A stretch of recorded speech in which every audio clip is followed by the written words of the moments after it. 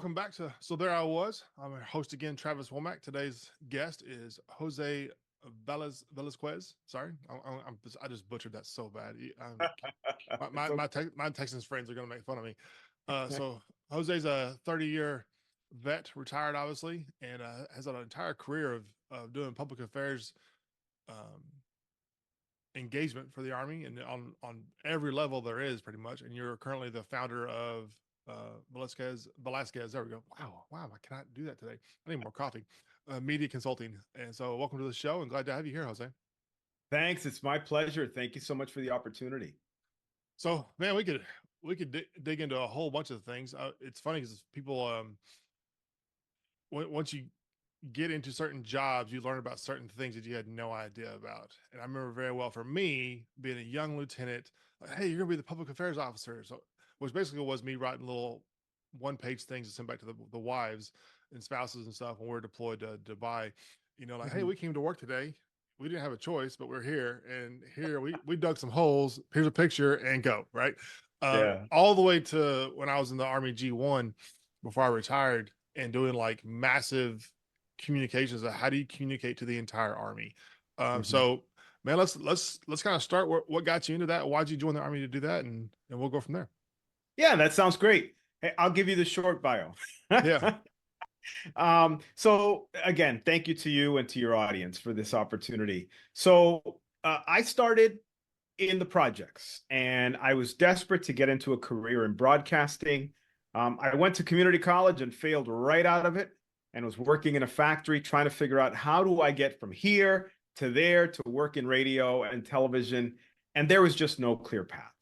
And I took a chance on an Army recruiter. I went to the recruiter and said, "Do you guys have broadcasting?" And he looked through his little book back in those days. He's looking through the book and he says, "Oh my God, yeah, we got that field." He didn't Didn't know. know that. He wasn't recruiting for broadcast. He was recruiting for infantry, of course. But this crazy kid walked in asking about broadcasting, and he knew that he had an opportunity to, of course, enlist somebody.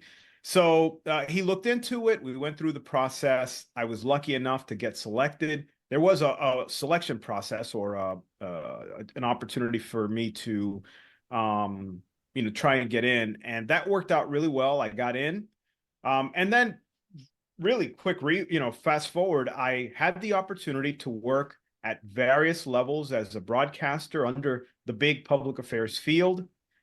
In my time in service, those 30 years, I started, just the dream, right? Playing rock and roll for soldiers all over the world Oh yeah. and getting paid for it. How crazy is that? Yeah. And then after that, I began to rise through the ranks, and understandably, you start doing more and more management stuff and Yeah. more serious public affairs, and that was fun. And understandably, I enjoyed that, telling the Army story through campaigns and programs. But surely, I never stopped loving being a broadcaster, which was my original love. But throughout my career, I had a chance to lead service members in various joint units and Army units, doing public affairs in the States and overseas. One of my notable jobs was being the public affairs officer for the Sergeant Major of the Army. Super fun. I traveled the world. I Oh left yeah. exhausted, Which and it was what's SMA? Sergeant Major of the Army Preston, Ken That's okay. Preston. Oh yeah. Oh yeah. So Yeah, I left, bloodied and battered after a long few years of just traveling the planet nonstop, oh and yeah. he was just a beast. He had no scars on him at all. But I was like, man, I was beat up. I loved every second of it, but I gave all of myself to that Oh job, yeah. and I would do it all over again. And then finally, I finished my career. Thankful and honored to have been selected to be the regimental sergeant major for the public affairs enlisted force. And I spent, 3 years doing my very best to make life better for our public affairs enlisted service members. And not just the enlisted service members, but the career field overall. Yeah. And so I hope I had an impact. Sometimes that's decided by other people, how much of an impact you had. And then I retired. After 30 years, Uncle Sam said, "All right, go find something else to do." Yeah. When'd And you retire? I retired January of 2021. Okay.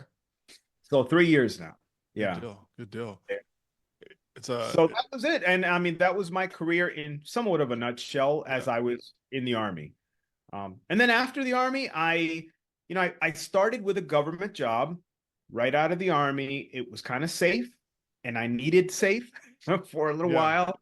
Well, I could figure out my finances. When you first get out of the military, there's so many confusing Oh yeah, things. that's And I'm crazy. sure you experienced that too. Oh yeah, And you just don't know what you know. And so an opportunity presented itself for me to work as a government civilian, and I took it. yeah. And I worked with just an incredible team. I really loved it. And after my year, my boss knew that I was going to leave after a year, and he had no issue with it. Really wonderful man. And after a year, I had other aspirations. And so, I took a chance on my own business, as you noted, a public affairs consulting and training business. And I had worked with well-known LinkedIn influencer Mike Quinn Oh yeah, as he was developing his higher military program, and then another program called the Digital Networking Professional Program, which okay. certified people to use LinkedIn in a very meaningful way. And I became a coach for that. Really? And yeah, I continue to do that to this day as a course. Whenever they send me students, I'm ready to go. Yeah, And it's a 4-week course, and I really enjoy working with both service members and veterans. Oh, and military spouses, by the way. yeah. Yeah, so I did that for a little while as part of my company, contracting with him. And then I really began to work with Annie Brock, who is the CEO of the Leader Transition Institute. Hmm. And Annie has a program called Changing Focus, moving from me to we. Hmm. And I'll tell you, it's a 4-day workshop. It's free. And I'm not selling it, but I'll tell you what, it changed my life Okay. because I was very much, I'm sorry, moving from we to me. I said it Yeah. the wrong way. And, Both ways can work actually. yeah. But, you join the military and you Oh yeah, become, we. you know, Yeah. it's all about we, it's all about the team. If you're a leader and you were a leader, you always want to hand that praise out to your service members. And while you could take credit for a lot of things, I assume many times you just spread that across your team. Right. And so I did that, really enjoyed that. But as you transition to civilian life, you have to begin to stand on your own 2 feet and be a me. Yeah. And that's very uncomfortable. Yeah. And so her program really helped me figure out who I was and what I wanted to do. And as part of that, I said, I want to get back into radio. And I know I was this, highfalutin muckety muck walking around the Pentagon, right? But I didn't want to get back into kind of that high level public affairs, just grind, grind, grind. And much love to anybody who does that, by the Yeah. way. I wanted a radio show. I Yeah. wanted to get paid for playing rock and roll again, and I wanted to have some fun. And a radio station, an opportunity presented itself, a veteran who owns a radio station, and man, I got back on the air. So Awesome. I run my own company. I contract with a series of other companies to help them train or do public affairs, and I do a radio show. Yeah. Awesome. You get your 4 hour shift of talking. Oh man, I know. Is, I it, love is that what it is? It's about 4 hours, isn't it? So It's actually 5 hours a yeah. night. It's from 7 to midnight. And Okay. again, I get to play the best music of the 80s and 90s, which was my time. Oh, And that's our time. What are you talking about? great music from that era. I love it. Yeah, I always joke. I posted the Bush album, the orange cover, Uh-huh. and I posted on Facebook about a year ago. I was like, you don't understand how epic this album is, where you could hit play and then come back an hour and a half later and you didn't miss anything, and the glycerin and all those songs on that album, because I remember reloading shotgun shells when I used to shoot competitively. I Uh-huh. was 12, 13 years old, midnight in our gun room, just racking the reloader, listening Uh-huh. to Come Down and all of this stuff. So I I love that era. It's so much fun. So Yeah. It was fun. You look back at it, the simpler times, right? It's always yeah. simpler times, 2020. We think it's simple. We talk to our kids and they're like, just do this. I'm like, how do I not know how to do that? I was here when the iPhone came out. I should know all the ins and outs. And it's like, I know. when today's kids talk about the old days and what they really mean is the 2010s, you're like, no, what are you talking about? The old days. Yeah, it's a Jeez. challenge. I talked to a guy last night. It's funny about the old days of the Army Uh-huh. and like pre 9/11 Army and how we fought from '01 to '07 and then what the Army's become since. And not Yeah. culturally, just about technology wise and how it's just drastically different and how I used Yeah. to get taught land nav with. I mean, we actually had like maps everywhere and protractors were everywhere. And now they're like, Yeah. no, we should just use the dagger. It does it for us. I'm like, dang it. Where was Or they that? got a cell phone in their pocket, and as soon Right. as they disappear from their boss, they turn it on and Yeah. Saying they that watch the spot. there's an app that does like even better land nav than our own equipment. It's crazy how far it's come. I So know. in your I'm dying to know. I always ask people that do any kind of veteran transition stuff. Like what trends are you seeing that people should be aware of? Like, so when you're doing like LinkedIn profiling, coaching, what are some things that you're like, hey, I see this a lot, don't do this, or hey, you really should do this. Give me some points on that. Yeah. So when I looked at LinkedIn profiles, and I do that all the time with service members, there are certain things that a lot of times they miss. And again, you don't know what you don't know, right? So the first thing is that people focus their attention on who they are today Mm-hmm. versus who they want to be tomorrow. And so I always tell people your LinkedIn profile is about you, but it's not for you. It's for Right. other people to get to know you and what you want to do. And so I tell people, look, right under your photo, put the things that you're interested in doing. If you have a title, a civilian title for the job you do, and that's what you want to do, then put it there. Right. And maybe put 2 or 3 if you're not sure. It's okay to do that coming out of the service because you may not know for certain exactly what you want to do. And then further down in the about section, especially for people who've been in the service a long time, younger people have less of a problem with this because they're not as institutionalized as we are. Ingrained. Yeah. Yeah, yeah, we're like like the movie Shawshank. We don't know anything better than being in the machine, right? In the Right. institute. Um, and so I joke about us being institutionalized, but the about section, when you see a younger service member, if they were an IT guy, they're going to write, I'm an IT guy. These are my certifications. This is what I'm interested in doing. Exactly what you're supposed to do in the about section. But what I see is service members who've been in the military for a long time, they're like, oh, I was a Proven lieutenant. leader. Yeah, I was a lieutenant colonel, or I was a sergeant major. I need to put the depth and breadth of my entire military experience, right? What I tell people is that's not an area for an OER or an NCOER.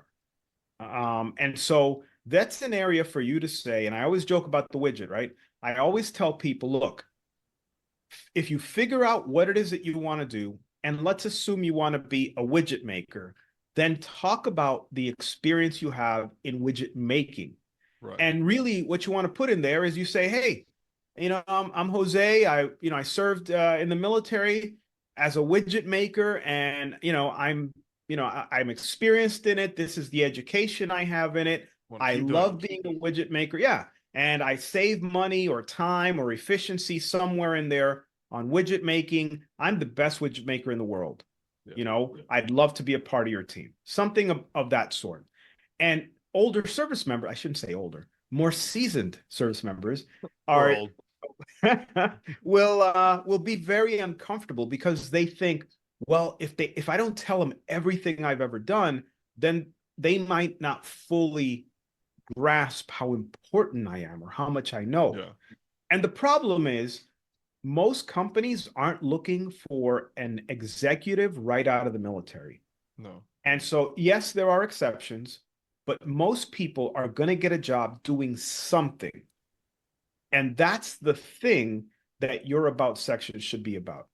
And so you could have been a lieutenant colonel and commanded a battalion or, done some particular Right. staff job that was really important, but you're not going to get the job over a guy who comes in who was, let's say, an HR manager, right? Maybe you ran an entire HR department. But if there's a guy who was an HR manager and can express how he did HR management at the level that they're looking for an employer, they're going to get the job. Just because you commanded an HR unit doesn't make you the best candidate to be an Right. HR manager. And so I tell people, it's not that you want to forget about, or minimize your service.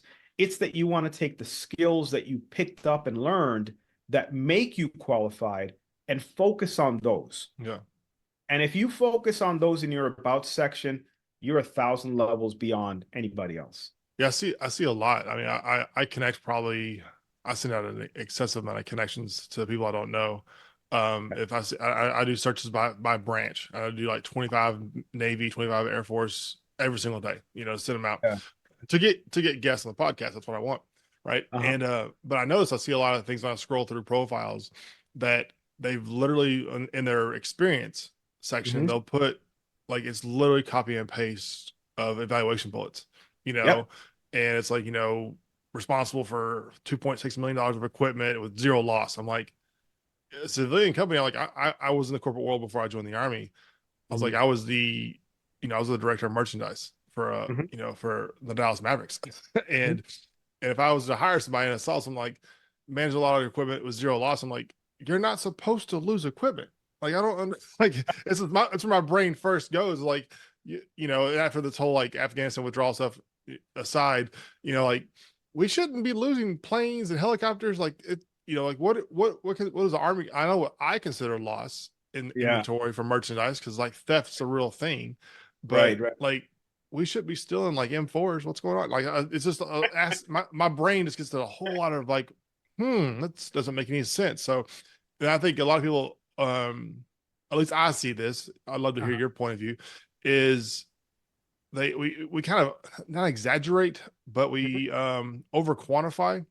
Yes. Like I led the invasion to Iraq. I'm like, you were an E4 in Right. Third ID. Yes, Third ID was I think the first unit that hit armor Yep. boots on the ground. Yep. Like you didn't lead. You weren't the first. Like like I mean, if we're gonna get semantics here, I'm sure some Green Berets and guys that don't exist were the first ones on the ground. But like Absolutely. you took part of the unit that led the invasion. Like I think words matter Yes. and how we correlate that and as you said going from we to me, it's that gray area, that dash, as I think it's a thing now, right? As Yeah. everybody's is how do you phrase that? What are you seeing out there? Yeah, I would say, first of all, I agree with you 100%. So people some of them exaggerate, some of them just don't know how to turn military ease into civilian ease. Yeah. And they think the big numbers are going to impress somebody. Going back just for a second to the about section, it's not uncommon for someone to say, spent, spent 30 years managing, the 10,000 person, public affairs force as a Right. director, blah, blah, blah, right? Okay, great.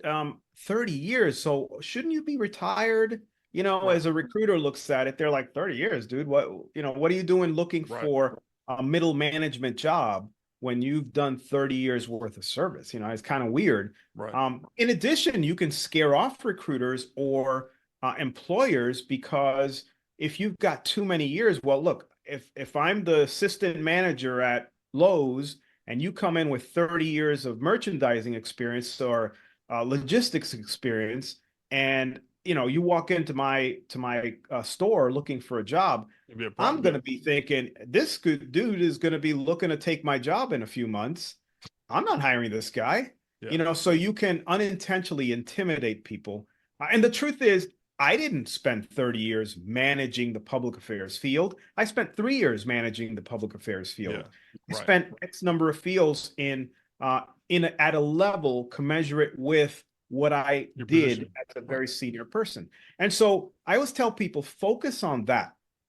Focus on real numbers that make sense. Everything in your experience section, look at titles that make sense to civilians. So Yeah. if you were, a scout platoon leader, okay, what does that mean? Look for a title that makes sense. with civilianese. And I'm not saying that you want, again, I'm not saying you want to minimize, but you want to make it legible for a civilian who's coming How to does it your base. correlate? Yeah, it has to Yeah. correlate. I, And similarly with bullet points, I always tell people, give me 2 sentences. What did you actually do? Like, what was the expectation of you every day? And it can't be 16 sentences. Give me 2 or 3 sentences. right. My boss expected me to show up at this place and do this thing throughout the day. Right. What was that thing? Yep. You know? And then now you've given me a very short synopsis, and now give me 2 or 3 bullets that demonstrate how you succeeded or exceeded the goals of your boss doing that one thing. Yeah. And it can't be 50,000. It can't be I was supposed to not lose a F-16 and I didn't lose an F-16. Well, you weren't, like you said, you weren't supposed to lose the F-16. That's not part of the job description. So great, great. Mis- Thank you for not losing the F-16. I misplaced an Abrams in my backyard. Yeah, so I do that with so I was airborne infantry before I Mhm. crossed over to become a logistics officer. And but I heard it all the time. Oh, if you're infantry, I mean, what are you gonna do? Be a security guard? That's all you can do. And I'm like, have you ever been in the infantry? Like, it's I tell guys all the time that are prior infantry because I was a recruiter after all that, and I I try to explain to people, I'm like, well, I was a squadron. I had 9 guys, right? And for at that time, it was all guys, and so I can say that and not get in trouble. but um, but they're all from different states. They're all from different cultures, different races, different. I mean, we were a oddly diverse group, Mhm. and the premise of what it is to be a squad leader is to take 9 people who are from different places, different backgrounds, different cultures, and get them to who in a lot of ways we don't agree on a lot of things like religion, sports.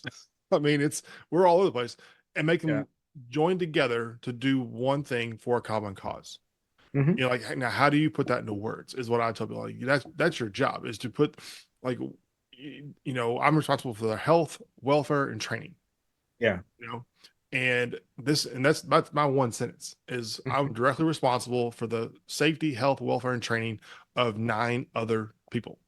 Yeah. And then my bullets are training. Like we did rigorous training combat in relation to combat operations. Like Yeah. that's simple. Like combat operations is like a known term that translates. So they can be like, well, it's probably blowing some stuff up. Yeah. And I think people don't understand. Like you don't want to put like we did 15 JFXs. It's like what? Yeah. What does that even mean? You know? Yeah. And I think it's about the end of people like, I'm an expert problem solver. I'm like, that's a subjective term, you Right. know, but like putting words like, hey, I pride myself in identifying problems and figuring out ways to solve them. And Yeah. then here's a way I did it. Like for me, where'd it go? You know, saw a problem. We had rounds that wouldn't eject. So I 3D Yeah. designed and 3D printed an extractor Right. for the something that didn't exist in the Army's inventory because the Right. guns we use the old guard are old and they don't make parts for them anymore. So, Mhm. so I think having a tangible sentence, but then having or subjective sentence, but a tangible thing that says, look, this is a problem and this is Yeah. what I did to fix it. And Yes. that's what's really, really difficult. And, and then I think the adjective, at Mhm. least this is my take. I definitely want your take on this is, what is your adjective of participation? I took part in, I facilitated, I organized, it was all my idea. Like I think those words matter with someone who's trying to review. But I think the biggest thing, and this is what I really want to hit on, is Yeah. people don't know what they want to do, Mhm. and I can attest to that. I've seen thousands of soldiers get out, and there's the brain and that last 6 to 8 months is like, just get out, get to the goal line, get the freaking signatures, turn in CIF, and let's go. You know, Yeah. and they know they have a whole bunch of leave. They're like, hey, I'll figure that out in my 60 days on leave or 9 days on leave. Right. And that's the biggest mistake I think is how do we get them to start building a LinkedIn profile and like get it going, Yeah. earlier. Start connecting people now, even though you're not planning on getting out for 2 more years. Fine, but build that network up, Right. you know, Right. and then, and put accomplishments out there. Have that way you have 2 years of post of like things that you took part of. Like, hey, I PAO, these are all the articles that I wrote. I'm in the Army magazine. I'm in, Army Times or whatever it is. Yeah. And Yeah. so you can build that background so someone can go see it. But I think Right. that within that, people don't understand that you don't have to know what you're doing. It's just what do you not want to be doing? I think is a Right. big thing. And then like for me, I got out as I'm retired in VA stuff. So like I'm financially stable enough to be able to say, hey, I can do my own business. I'm sure you can relate. Right. And Right. but if I put consulting, which is what I do in mind, so what is in my profile that justifies me to be a consultant? Right. And Right. I think those are the things that people need to learn to target. So what is your take on all that? If it's a Yeah. lot. So, yeah. First thing, how cool is this? We both have the Army book back there. Yeah. The history of the Army. Very cool. Very cool. I just happened to notice that. Okay. Well, if do you allow me to go on a little bit of a rant about Oh, the service, the I, active duty? I will hand over the soapbox. Go for Okay. All right. Look, it. first thing is first. Nothing gets me angrier. And by the way, I spent a year, that year that I spent as a government civilian, I spent as an inspector general. And nothing made me angrier than a commander or a first sergeant not allowing their soldiers the time to transition. And I always used to say, you get one chance at making a lifetime recruiter out of this soldier, Yep. or one chance at making a lifetime detractor of this soldier, someone who will tell everyone they know, don't ever join the Army. The Army's the worst. Or a Yep. lifetime recruiter, someone who had a wonderful experience and that last year was something significant to them. Yep. And the way you do that is by allowing your service members to go through the TAP program within a year or two. Let them try it 2 years out, go through, learn some information. And you know what? Maybe they get promoted and they choose to stay in the service. So what? Yep. At worst case scenario, if they become a leader, now they know some information they can share with Yep. subordinates about the transition program. But if they're more serious about the transition, send them back a year out and let them learn some things and then allow them to take some of those classes. Now, look, I know that commanders have a tough job and they got to get things going. But we spend a lot of time bringing people in, training them, making them part of the Army. And we think about that and we think about plugging them into the system. But at the tail end, we're just like, hey, you're no longer important to me. We've got your replacement. You are no longer significant, whatever. I want you to work till your last day to take leave. And that's why so many of the soldiers are like, I can't wait to get out. They can't even think about what they want to do. They Right. just looking to race toward the finish line to get the heck out of that system that is holding them back. Yeah. And sadly, too many commanders and first sergeants do that across the Army and don't look at the big picture, the long picture about the importance of caring for those soldiers. Now, fair enough. Again, I know that many of those commanders and first sergeants have a job to do, and I get it. But wherever possible, you should allow your soldiers. There was an instance where I was an inspector general, not naming names, but there was a service member, a staff sergeant, who couldn't leave because his battalion commander had sent his captain, his S3 captain, to some elective school, had sent the E7 to a professional development course, and this one staff sergeant was the S3 NCOIC, the only person who was doing the job. Okay, that was bad management on the part of that battalion commander and that Yeah. battalion sergeant major. That was their fault. And so in conversation with them, I just couldn't believe that their answer was, this is the one person. I was like, if your entire unit hinges on one staff sergeant, you're doing it wrong. Yeah. You are doing it wrong. Single point of failure. Yeah, single point of failure. You can't do that. Okay, so anyway, that guy had a terrible experience going out. He will be a lifetime instructor. Oh yeah. There's nothing we can say or do that's ever going to change his mind. It's too late. So I always encourage commanders and first sergeants, battalion commanders and sergeants major, who are really those two levels are where the Oh rubber yeah. meets the road. Oh yeah. By the time you get to brigade, you're no longer really, active with day to day. Sure, you go to PTA every once in a while and run with the soldiers, but let's be honest, the Yeah. brigade level, you're no longer day to day. Now, what I'll say beyond that, right, is as you noted, it's incredibly important for service members to begin the process of figuring out what they want to do. And sometimes, like you said, you just don't know. Yeah. But if you go through that soul searching, and I don't mean to continue to share this, but No, no. the focus moving from we to me program gives you almost permission to stop and for a second begin the process of self-reflection, Mm-hmm. of starting to check off the things you don't want to do. Even if you don't know what you want to do, if you can start checking off the things you don't want to do, it starts getting Oh yeah. smaller and smaller, and you start moving in the direction that you want to get into. And that includes people who have jobs in very broad fields, right? Infantry is one of them, but you think about HR, you think about Oh logistics, gosh, yeah. There's you it's so know, I operations. mean, yeah, operations. You got this, let's say logistics, right? You got this humongous job, and you want to get into logistics after the military. What does that mean? Yeah. Does that mean you want to be a forklift driver? Does it mean you want to be a warehouse worker? Does it mean you want to manage a Lowe's? Does it mean you want to be an Amazon fulfillment center manager? Does Yeah. it mean you want to be an operations manager at a higher level with a logistics background? We don't know if all we say is logistics. Walmart And distribution so, center. yeah. So, what are the Yeah. parts of logistics that I'm like, I would never want to do that again? Yeah. PAO, let me tell you, there are a whole lot of parts about PAO that I could never, or I would never want to do again.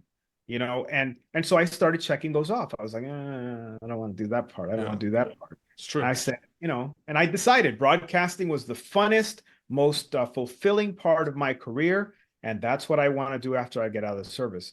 But regardless of what field you're in, really kind of getting into the nitty gritty is what matters. And there's a way to do that. And I'll talk about that, in a little bit when the time is right. But there is a way to begin that process of discovery by engaging with people who are doing the things you want to do. That's very true. Before I forget, you brought back to the journalism thing. So I was a recruiter. Mhm. So I went in. I had, we all have our. I may still have mine up here somewhere. But I had my little recruiter book that I took with me everywhere to talk to soldier or candidates, and it was like the 80% solution, and then I had on my a bigger binder like the 20%, like the if someone wants to go really into the weeds, but in that there was gosh, I forget what the name of the program was now, but it has every single job in the entire Mhm. every single MOS, and you Yeah. can break it down and you can do this on the old transcript thing, and Uh-huh. but it had like if you attend this school, they have a contract or agreement, and you pursue this degree, and you went to this, I forget the joint service transcript thing, Mhm. Yes, sir. and but like I remember journalism was the most. Mhm. So if you were Army journalism, 18 years old out of high school, when you finished basic training and finished AIT, Mhm. University of Maryland awarded 84 hours of credit. And I was like, you could just totally punk all your friends. You're a junior in college, while they're all still doing like English 101. And Yeah. I was like, because all you really had left to do was some basic courses, and you had a Yeah, bachelor's degree. the core And, classes. and I was like, man, you could knock out get to a unit and start doing your TA after a year of time, all that kind of stuff. And I was like, knock out your Englishes and your math and your government history, and you're done. I was like, you literally have that's the fastest college degree you can possibly get is a bachelor's in journalism through University of Maryland. It's pretty funny.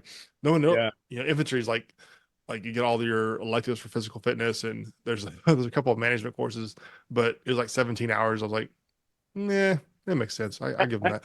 So, but well, before I forget, Mhm. anything else, you gotta the name of the podcast is So There I Was. Mhm. So I think the rules are you have to tell me a So There I Was story. So, and I'm sure and you've already kind of got the sergeant major of the army, so I'm sure I've met SMA Preston when I was I think an E4 because Uh-huh. he was what 04 to 08 Oh 9. 04 to oh 08. Yeah, I think Yeah. so. So because Yeah. he came to Fort Bragg, Longest Sergeant Major for, of the Army. formerly Fort Bragg, and Yep. we got so I'll have to tell a story there I was regarding him because it's funny. Yeah. You do live fire exercises all the time, and it's like, okay, I was a 240 machine gunner. They're like, hey, okay, here's your 800 rounds. I'm like, 800 bullets? That's like 10 seconds. Come on, and but so they're like, you have to be careful with it. And then we did one iteration, we did like all the battle drills and stuff, and then we came back, and they're like, Mhm. hey, the SMA's on his way. You're gonna do it again. We're like, oh, great. They gave me like 4,000 bullets, and I'm Wow. like, me and my ammo bearer and AG were like, this is gonna be awesome. So we had two of our 240 side by side, both with 4,000 rounds, and Mhm. we lit up this building. And we got back, and he was like, "That was the coolest fire I've ever seen." Like we had traces going everywhere, and what my AG was my team leader at the time. I was a young private, and he got his coin. I'm like, I want a Yeah. coin. That'd be cool. So I've never seen a coin before, so that was the first time I ever was introduced to coins. Oh So man. Yeah, yeah, yeah. Hey, rest in peace to General Sullivan, who passed away. I don't know when this will air, but when it aired, when we yeah, recorded this, it was yeah, right about when General Gordon Sullivan passed, and saw that. rest in peace to him. Believe it or not, my very first coin was from a four-star general who happened to be the chief of staff of the Army, Gordon Sullivan, and that was pretty cool. So coins are just so meaningful, and I still Yeah, have it to this day, and it's really meaningful to me that he saw this private in the corner with a big broadcasting camera and a microphone standing there trying to stay out of the way, hoping he'd even notice. And he came right over to me. He was like, "Hey, you're a broadcaster," and I was like, "Yes, sir." And he said, "You what want do I to? do with my hands? Yeah, he was like, "You want to talk to me?" I was like, "Yeah, I really want to talk to you. That's why I'm here." And he was like, "Oh, throw the microphone in my face. Ask whatever you want." That's And so it was awesome. great. It was great. Just the fact that he saw some kid in the corner and he took the time when he didn't have to even, acknowledge I was there. That meant the world to Yeah, me. So that's awesome. yeah. I think Uh, those coins are great. Like people, I think don't understand them. Like for me, like I have my coins on the wall or my fireplace actually. yeah. Um, but and I'm sure my wife will. I just got married. I'm sure she'll probably be like, we're gonna or we're getting married. Sorry, and like, whenever she moves in, she'll probably like we're not gonna have that there. That's gonna go to the cave.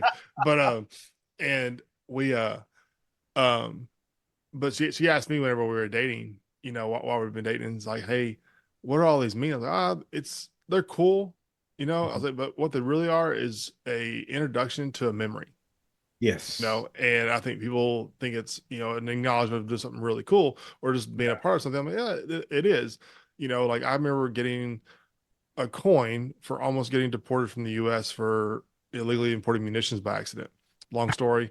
It's a great episode about if I ever want to make one about myself, I would do that one, But I had this coin and it's a weird looking coin. And Uh-huh. so, what's that one for? And I'm like, I can tell you. Let me tell you the story, because which is the whole point of this podcast is like anybody has a coin has a story. Yeah. And like what were you doing? Oh man, we did this live fire. Oh, we did this. Oh, I helped a guy in a rollover. Right. An accident on Fort Sill, which is a true story too. And like all these little things it helps. And as we get older, Right. when we're 80 years old, and our grandkids are on our lap. Like, Grandpa, what's that coin for? So let me tell you a story. you That's know, exactly right. and it's what it is. And it's like all the awards and all the coins. The day you get to 214, and they're all listed on there. After that, they're irrelevant.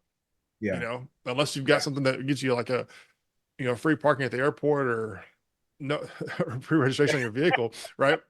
I'm in Texas. We got free registration for like as long as you have any metal at all, you get free registration. Oh, And and they're great with veterans. but aside from that, all your awards mean Yeah. nothing. They're stories.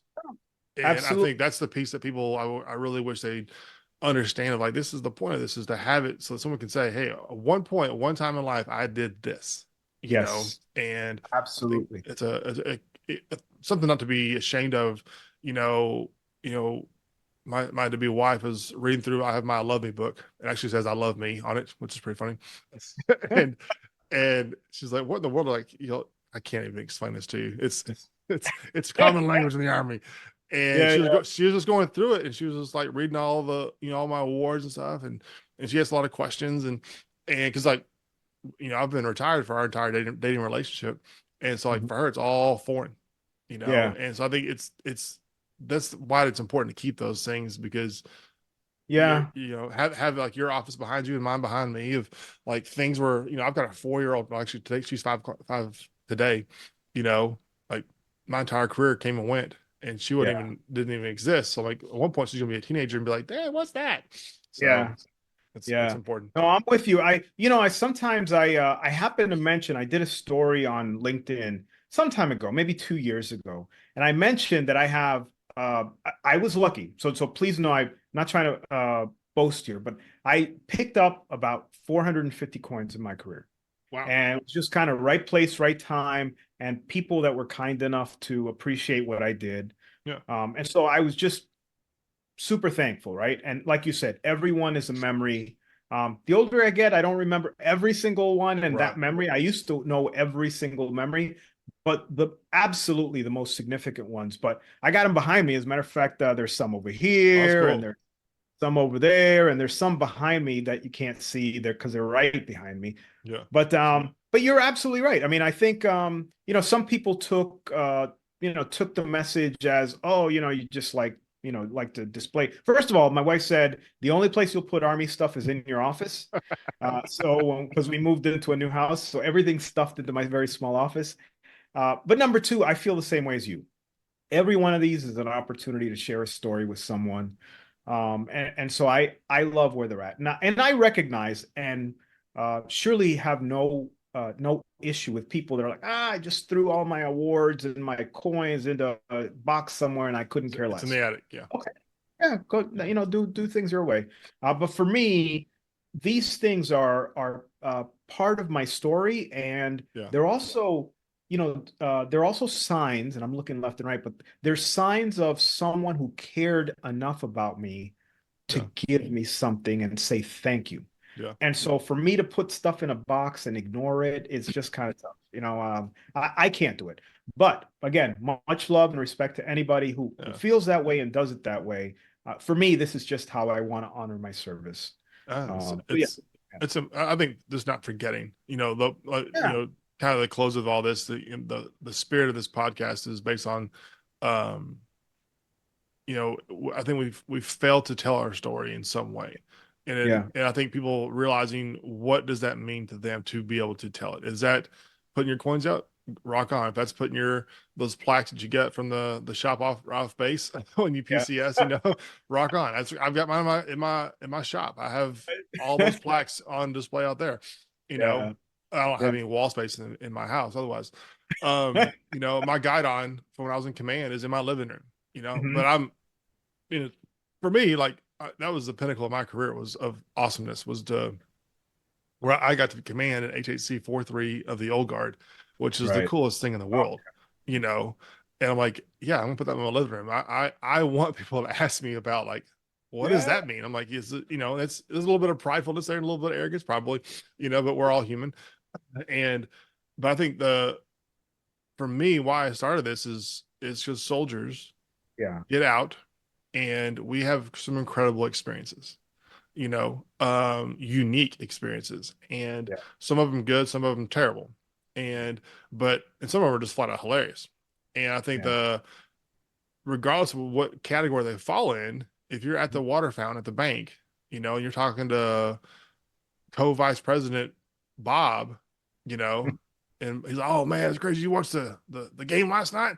Like, "Oh yeah." He's like, "Oh, it reminded me of this one time we were doing this massive airborne operation, and my parachute didn't work, and I was free falling for a minute. How do you get my reserve? And landed on my butt and got a small concussion. It was good times, and just laughing about it. And Bob's like, they have pills for what you have, like it's like, and like without meaning to, there's this culture of like judgment and shame is what I call Mhm. it, where hey, Travis, you're telling the story about falling on a plane and stuff. Like, you shouldn't be laughing at that. Yeah, Like that shouldn't be funny. I'm like, oh, in the moment it's terrifying, yeah, but like as soon as you hit the ground, you wake up. and your friends are there, and they're like, dude, you were falling out of the sky. Like, Yeah. and we are like just never ending stories. I had a good friend of mine who stepped on a power line in Iraq and got just, so every time we have a massive group text and it's not G rated. We're on like 15 years of this group text. Every time he talks, someone puts the Raiden like meme or GIF from Mortal Kombat, and he's like, guys, it's 2006. We're like, it's still funny. It's still funny. We don't care. It's just like, it's our safe place to like constantly remind him, you stepped on a power line. And not only that, we did it twice on two different houses in the same night. Oh Like, my God. of all the people we had, so it's just never ending fun. And I think, but like that story for him, he probably can't tell anywhere else because it doesn't make any sense. And I think that's important for people to take their story and figure out how to tell it for their own mental health, Right. because if you don't, I think the tragedy is, I personally believe, I'm not a psychologist, that that's what drives veteran suicide, is that Right. we bottle it up, and if putting it all up in a box and put it in the attic, rock on, but don't Yeah. forget, Yeah. and and don't let it eat you away, and don't let it be a deal where like, oh man, my friend died, and then Yeah. now your life can't continue, and then you literally end it. And I think that's Yeah. the point of this is hopefully someone hears your story of a Yeah. public affairs doing this, and what do we do in the army or any branch, and we hear a story, and we're like, oh, it reminds me, and here's my story, right? And we kind Yeah. of like inadvertently try to one up, and Yeah. so that's my thing, Yeah. and the hope of this podcast, and it's in its very early days of Yeah. episodes. But well, Jose, man, this has been a lot of fun. I'm sure you and I could sit here all day long, Yeah. but we actually have real work to go do. So, but I really appreciate it for those out there listening. If you're interested in get a hold of Jose, I'll put his information, his link, in his bio stuff in um, the description, and definitely getting a hold of him on having questions about stuff. He's very responsive to things, and he mentioned Michael Quinn, Mhm. great guy out there with higher military, and I talked to oh my gosh, not Matt Best. Oh my gosh, just my brain just. Anyways, yeah, Matt Quick. Yeah, sorry. There's Michael Quinn and Matt Quick. Yeah, the M and Qs are killing me. So, but they're both very good with helping veterans, kind of work through that process Mhm. of transition. So, if you have any questions, by all means, reach out to me. I'll get you in touch, or Jose himself. And Jose, man, we'll look forward to it. Maybe get you back on here a few months, and we'll follow up and see how things have changed. Sound good? Absolutely. Yeah. Happy to be back anytime you want me to. And like you said, I really encourage our service members out there to share their story with each other because we understand each other in a way that no one else does. And when you do share those stories with civilians, if they don't understand, that's okay. They really don't understand. The civilian sector is different. But always fall back on your buddies. There's an entire veteran community online, and LinkedIn is one of those places where you can go, and if you see a veteran, man, if you send them a DM, 9 times out of 10 they're going to respond to you. Yeah. And they don't have time to talk to you. They're going to point you to somebody else. But we are not going to let you sit out there by yourself. So my DMs are always open to anyone who wants to reach out to me through the transition process, or someone who just needs an ear to listen to their Yeah. story or their issues. I'm available and proud to help. That's awesome. Well, appreciate it again. And if you're new, be sure to subscribe, and we'll see you on the next episode.